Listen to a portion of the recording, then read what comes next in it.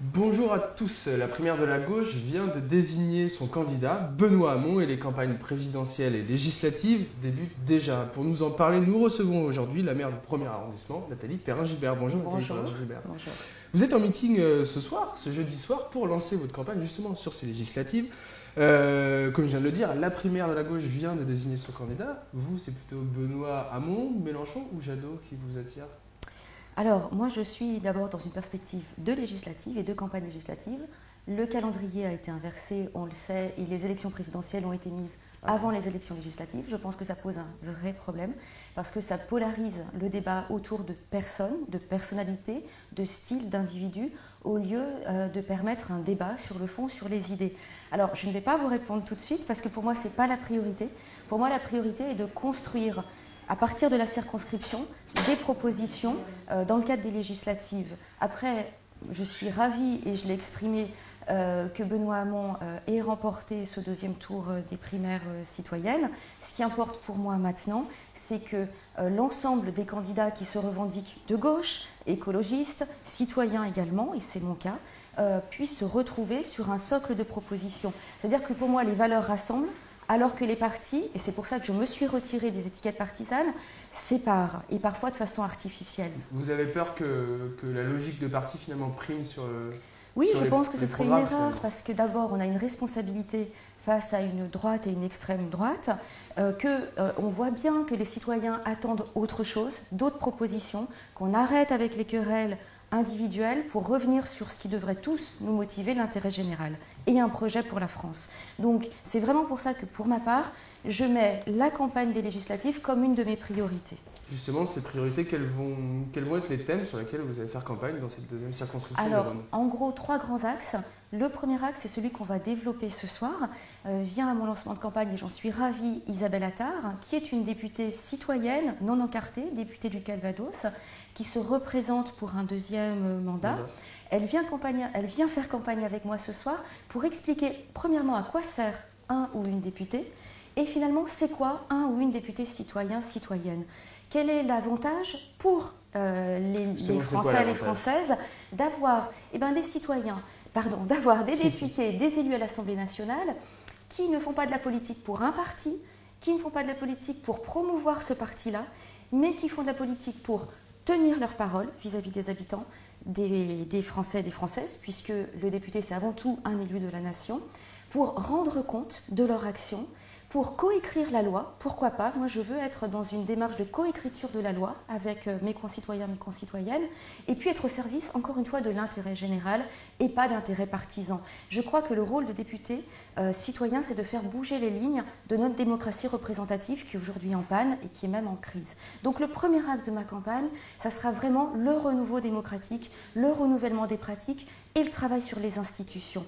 Le deuxième axe, ça sera les nouvelles formes de travail, le nouveau rapport au travail. Je crois qu'on ne peut plus penser la question du travail avec des outils, un référentiel qui date finalement du 19e siècle. Les solutions pour changer ce référentiel? Je crois que c'est d'abord faire un constat qu'on ne peut plus simplement penser d'un côté le patronat, de l'autre côté le salariat, que oui, il y a des formes de coworking qui sont mises en place, que le travail ne représente plus tout à fait la même valeur qu'auparavant, que aussi la société du plein emploi, je crois qu'on le sait aujourd'hui, on ne peut plus tendre vers cette société-là. Comment on partage le travail? Un revenu universel ou pas?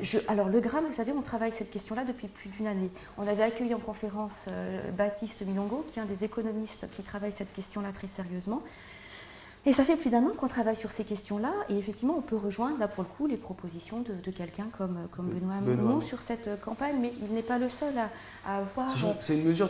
Les ultra-libéraux de droite proposent aussi le revenu universel. C'est-à-dire qu'on y met ce que l'on veut dans ce revenu universel. Je crois que le débat qui doit nous importer, c'est comment on prend en compte ces nouvelles formes de travail et la souplesse, effectivement, qui doit se mettre en œuvre aujourd'hui, avec un socle de droits.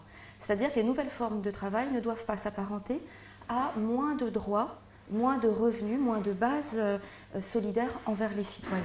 Et donc c'est cette articulation-là entre les droits et les nouvelles formes de travail qui m'intéresse de travailler, et on va le faire tout au long de la campagne, y compris on aura des temps, des tables rondes et des ateliers sur cette question-là. On va aussi proposer en rencontrant et en continuant cette démarche-là. Et le troisième axe, c'est un petit peu en lien, c'est la question des droits fondamentaux. Les droits fondamentaux, c'est quand même ma raison d'être en politique, ce pourquoi je me suis engagée. Et en fait, les droits fondamentaux, c'est quoi? C'est les biens communs.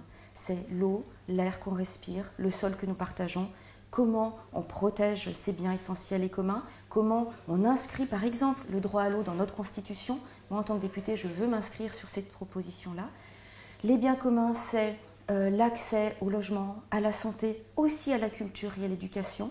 La culture fera partie de mes priorités en tant que députée. Enfin, je veux dire, en tant qu'élue de terrain aussi, ça fait longtemps que je milite pour une politique culturelle digne de ce nom. Et puis les droits fondamentaux, c'est les libertés individuelles, le droit des femmes, évidemment. Le droit des femmes à disposer de leur corps, la défense de l'IVG, dont on voit que ce n'est jamais un droit inscrit dans le marbre. C'est également les questions d'égalité salariale. Les droits fondamentaux, c'est aussi la loi de 2013 qui a ouvert le mariage à tous. Et évidemment, il va falloir défendre ces droits. C'est aussi les questions de filiation, d'adoption, de gestation pour autrui, des choses qu'on a laissées de côté. Et puis, c'est la liberté de se déplacer. Comment on repense les politiques migratoires de nos pays, pas seulement sous l'entrée de la peur, en agitant les chiffons rouges de la peur, mais plutôt en le repensant à partir d'un droit fondamental qui est votre droit, mon droit, à se déplacer librement. Ça fait beaucoup de thèmes qu'il va falloir aborder pendant cette campagne. Oui. On dit au revoir aux téléspectateurs de TLM, on est arrivé au bout de cette émission, mais vous pouvez voir la suite sur YouTube, sur le site de Lyon Capitale et le site de TLM. Je vous souhaite une bonne journée, au revoir. On est toujours ensemble. Donc là, ça fait quand même beaucoup de thèmes de campagne. C'est un socle de propositions parce que voilà, je suis une élue de terrain depuis 15 ans. J'ai des choses à dire, j'ai des choses à défendre à l'Assemblée pour mes concitoyens, mes concitoyennes qui m'auront élu et puis pour l'ensemble des Français et des Françaises parce que le but d'un député, c'est de défendre cet intérêt général-là. Je fais un socle de propositions, ce sont mes valeurs. Après, pendant la campagne justement, on va demander aux gens que nous allons rencontrer, et ça sera le cas y compris ce soir, de prioriser. Sur quoi ils ont envie que leurs députés travaillent en priorité. Et en fonction de cette campagne... un référendum auprès de vos militants, enfin en tout cas leur poser la question. Alors pas de mes militants, bien plus largement, on va beaucoup utiliser des nouveaux moyens de communication et notamment les plateformes numériques, les plateformes internet. On va présenter tout ça ce soir aux personnes qui seront présentes. Ce soir, il y aura également des choses plus classiques, comme par exemple des panneaux avec ces 3 grands axes et les gens vont pouvoir mettre des pastilles pour prioriser, écrire sur des papiers, dire moi j'ai envie de parler de ça, ou je suis compétente là-dessus, ou là-dessus, sur tel sujet, j'ai envie de contribuer à votre réflexion. L'idée, c'est vraiment un peu votre nuit debout finalement. De ne pas partir de rien. Et pourquoi pas? Je veux dire, on a aussi à apprendre de ces mouvements citoyens, du respect de la parole de chacun, du même niveau de respect de parole, quelle que soit finalement son inscription dans la société.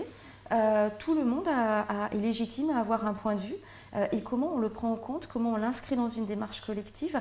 Donc moi, en fait, finalement, je me réjouis de ces élections parce qu'elles arrivent à un moment où je crois qu'on a les outils et le recul pour faire des campagnes différentes. Plusieurs thèmes encore à aborder. Sur justement, vous parlez d'un moment. Il y a on voit qu'aujourd'hui, la gauche est en pleine recomposition et que finalement, on est sur un moment politique où les gauches, qu'on va dire réformistes, finalement, sont aussi dans une sorte de convergence. On peut parler des valsistes, des macronistes. Et puis la gauche, qu'on appelle gauche de la gauche, mais on va dire la gauche traditionnelle, elle aussi arrive sur des position commune. Vous, est-ce que vous voulez saisir ce moment-là pour faire entendre la voix d'une autre gauche finalement? Alors je ne sais pas si c'est la voix d'une autre gauche, en tout cas c'est une gauche traditionnelle peut-être. C'est une gauche citoyenne et c'est une gauche humaniste. Et c'est une gauche qui renoue avec ses valeurs et qui n'oublie pas quelles sont ses valeurs. C'est effectivement partir du réel, des faits, de la situation des gens pour de vrai, dans la vraie vie, mais tendre vers des idéaux qui sont les nôtres, des idéaux qui sont inscrits dans notre devise républicaine, des idéaux qui vont vers plus d'égalité sociale.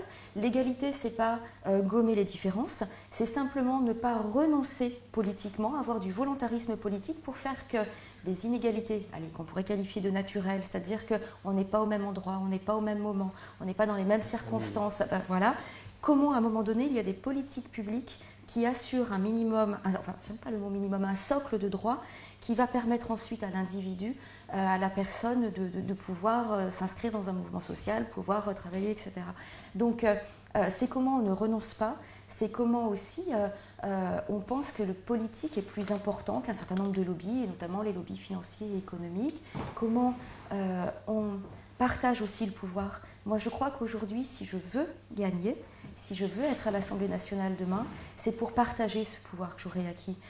Quand je parlais de co-construction de la loi, je veux associer les Français et les Françaises à l'écriture de la loi. On peut le faire aujourd'hui avec des outils numériques. Je veux m'adresser aussi aux plus jeunes, ceux qui se sont détournés des élections parce qu'ils ont l'impression qu'il y a cette rupture entre une classe politique qui ne les représente plus et eux-mêmes. Je veux monter un conseil de circonscription des jeunes et des lycéens de ma circonscription avec des lycéens, première, seconde, travailler avec eux un projet de loi sur lequel je m'engage en tant que députée et leur demander, vous ne votez pas encore parce que vous n'avez pas encore peut-être l'âge, vous pouvez avoir 16-17 ans, mais ça ne fait rien, j'ai quand même envie de porter votre voix à l'Assemblée, sur quoi vous avez envie que je travaille.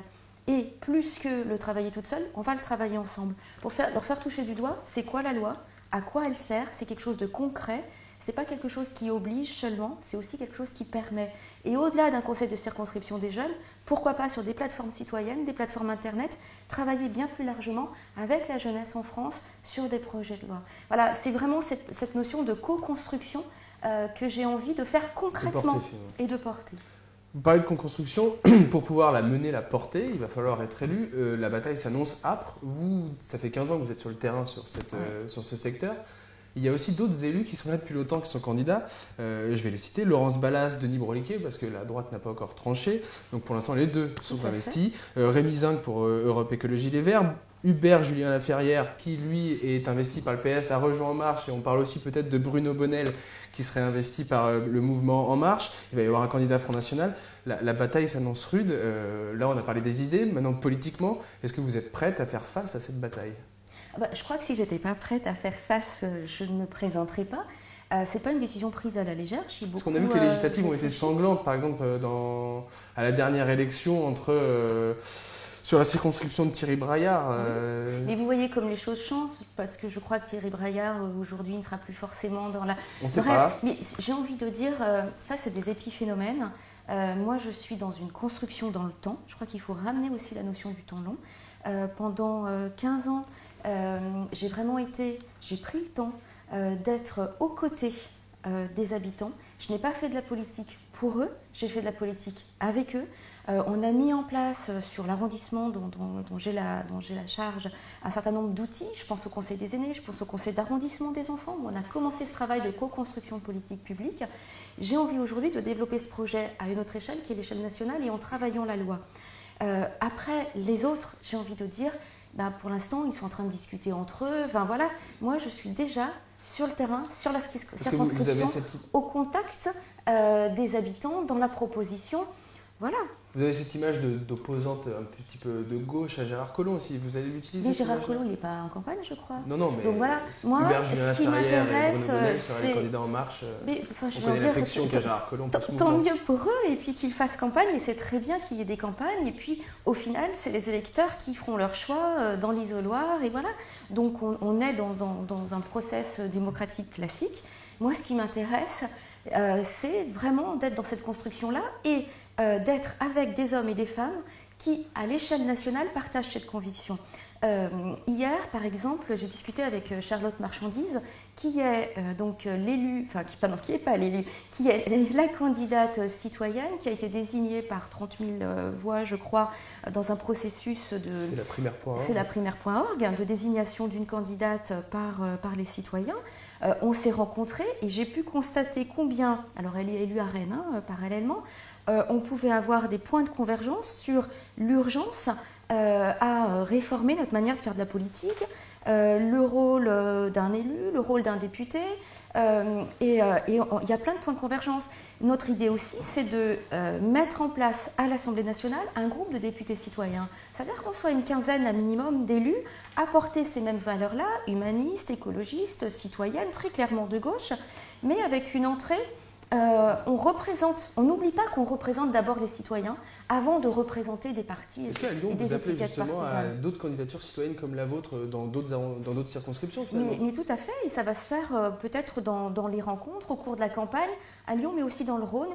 Et vous savez, une des spécificités du GRAM, c'est de réfléchir l'articulation entre territoires urbains et territoires ruraux. Il n'est pas impossible que nous ayons un duo candidat-candidate aussi dans une des circonscriptions du Rhône. C'est en train de se discuter. Vous savez, on avance en marchant, en faisant. Vous êtes en marche. On est né, il n'y a pas de... En tout cas, je ne suis pas au pas. Voilà. Nous sommes nés fin 2011 d'un collectif citoyen Qui aurait parié qu'en 2014, nous aurions déjà des élus à la ville, à la métropole, que nous serions en capacité de nous présenter avec d'autres mouvements citoyens à des élections nationales? C'est le cas. Donc voilà, on chemine tranquillement. J'aime bien la notion de temps long. On n'est pas pressé, on n'est pas un parti, donc on ne court pas après toutes les élections. On n'était pas présent au régional parce qu'on estimait que ce n'était pas notre place, que ce n'était pas le moment pour nous. Donc voilà, on est dans cette forme de tranquillité et de co-construction. Le 12 et le 13 février, je serai à Marseille. Isabelle Attard y sera, Charlotte Marchandise également, avec la Belle Démocratie. Et ça sera un temps fort de rassemblement de mouvements citoyens en France. Donc on est vraiment dans cette dynamique-là. Très bien. Question maintenant d'actualité. C'est quelque chose qui tient beaucoup aux Français. Est-ce que vous aurez un membre de votre famille en tant qu'assistant parlementaire? Non, et je suis même pour que ce soit interdit. Parce qu'après, c'est très compliqué de faire valoir des compétences par rapport à des liens familiaux. Moi, je pense que quand on est député, on a 2 ou 3 assistants, assistantes. La moindre des choses, c'est qu'il n'y ait pas de lien de parenté entre un député et les personnes qui sont autour de lui pour travailler. Je crois que c'est absolument pas une bonne chose que de faire ces confusions-là. Je vais prendre des engagements, y compris ce soir. Je peux vous en donner 2 très, très rapides. Le premier engagement, c'est de publier mes frais parlementaires, c'est-à-dire d'avoir que les citoyens aient une lecture rapide de on va dire vos dépenses, voilà, mes frais parlementaires, à quoi je les consacre, c'est-à-dire tant pour salarier mes assistantes parlementaires, tant sur des frais de représentation, enfin voilà, et qu'ils aient une lecture très claire de à quoi servent mes frais. Faire une déclaration finalement. En tout cas que je sois en transparence sur l'usage, parce que je considère que ce sont des fonds publics et donc c'est normal d'en montrer l'usage. Et ce que je veux faire également, et par exemple Isabelle Attard le fait déjà dans sa circonscription, donc elle a montré que c'était possible, c'est choisir l'usage de mon enveloppe parlementaire, c'est-à-dire cette enveloppe qu'a chaque député pour soutenir tel ou tel projet dans sa circonscription, sa réserve parlementaire, à quoi elle va servir, et même la mettre en débat et au vote dans la circonscription. Voilà. Pour vous, qu'est-ce qui fait priorité? Qu'est-ce qui fait sens? Qu'est-ce que vous voulez que votre député soutienne avec son enveloppe? Ça aussi, je le soumettrai à la voix des citoyens et citoyennes de la circonscription. Pour revenir sur la question des assistants parlementaires, Pierre-Alain Muet sera là ce soir. On sait que lui emploie son fils pour le coup. Est-ce que vous allez poursuivre, engager aussi son fils en tant qu'assistant parlementaire? Vous savez, il est député actuellement. Moi, je me présente. Il se trouve qu'il me soutient parce qu'il a défendu un certain nombre de valeurs socialistes à l'Assemblée. Il estime que je représente ces valeurs de gauche aujourd'hui, qu'il a ses pratiques, je veux dire, ça le concerne. Moi, j'ai pris un engagement très ferme. Je signerai également une charte avec les députés citoyens et citoyennes avec lesquels je m'engage et je me conformerai à cette charte-là. Voilà. Très bien. Eh bien, merci Nathalie Perrin-Julia de notre direct. Merci à vous de nous avoir suivis. Merci à Aurélien qui était à la technique aujourd'hui. Et on se retrouve demain pour une nouvelle émission.